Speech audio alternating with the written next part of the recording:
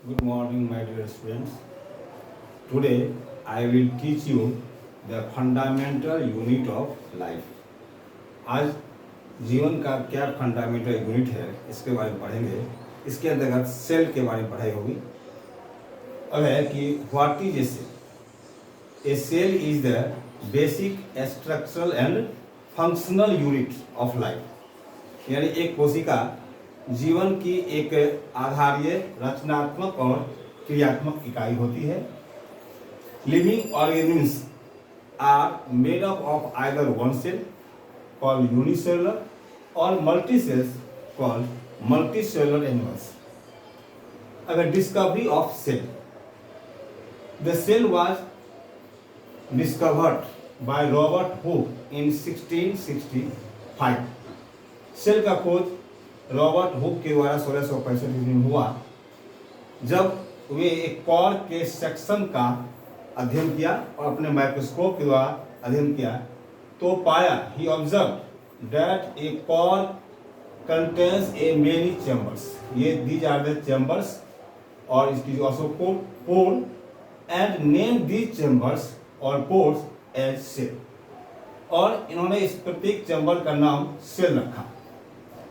Robert Hooke is also regarded as the father of cytology. Robert Hooke को father of cytology भी कहा जाता है। साइटोलॉजी क्या है? It is a branch of biology which deals the study of cell structure and cell division. Cell biology is also called cell biology, यानी cytology is also known as cell biology. अब देखें अगला इसका क्या खोज हुआ। तो Robert Brown 1831 discovered the nucleus in the cell. इन्होंने देखा कि सेल के अंदर एक न्यूक्लियस पाया जाता है, यानी nucleus was discovered by Robert brown.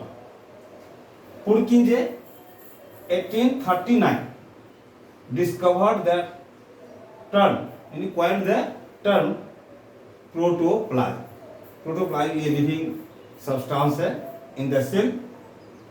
Jacob Schleiden 1838 and Theodor यानी T Schwann 1839 propose the cell theory.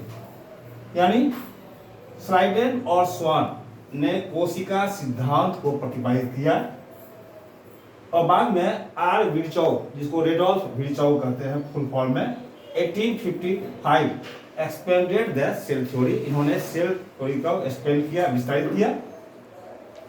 अब अगर डिस्कवरी देखा है, आनंद यह है Antony von Leeuwenhoek, A.V.. Leeuwenhoek जो है उसे फादर ऑफ माइक्रोस्कोपी भी कहा जाता है। Max Knoll and Ernst Ruska यानी M Knoll and E Ruska invented electron microscope in 1931। ये उस डिस्कवरी के बारे में था और यहाँ ये डायग्राम दिखाया जा रहा है, एक कॉमन डायग्राम। फिर हम लोग बाद में इसको डिटेल देखेंगे।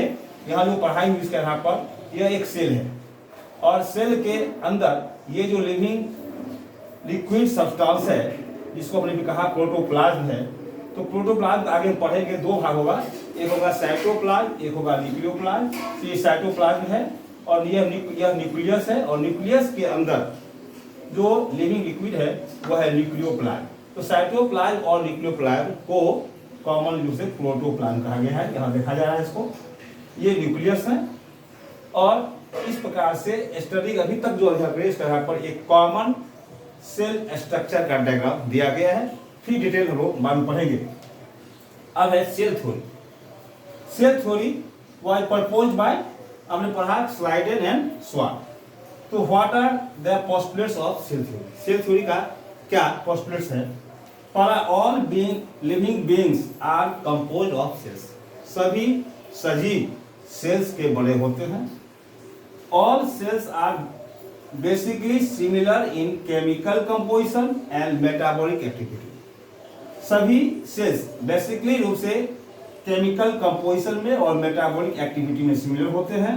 The cells are the basic unit of life. और सेल्स जो है वह लाइफ का एक बेसिक यूनिट है। All cells arise from pre existing cells, सभी सेल्स पूर्वकालिक सेल से उत्पन्न होते हैं। And cells could be generated spontaneously like a crystal, और सेल्स की उत्पत्ति जो है स्पॉन्टेनियस रूप से क्रिस्टल के समान होती रहती है। आज के लिए इतना ही, थैंक यू।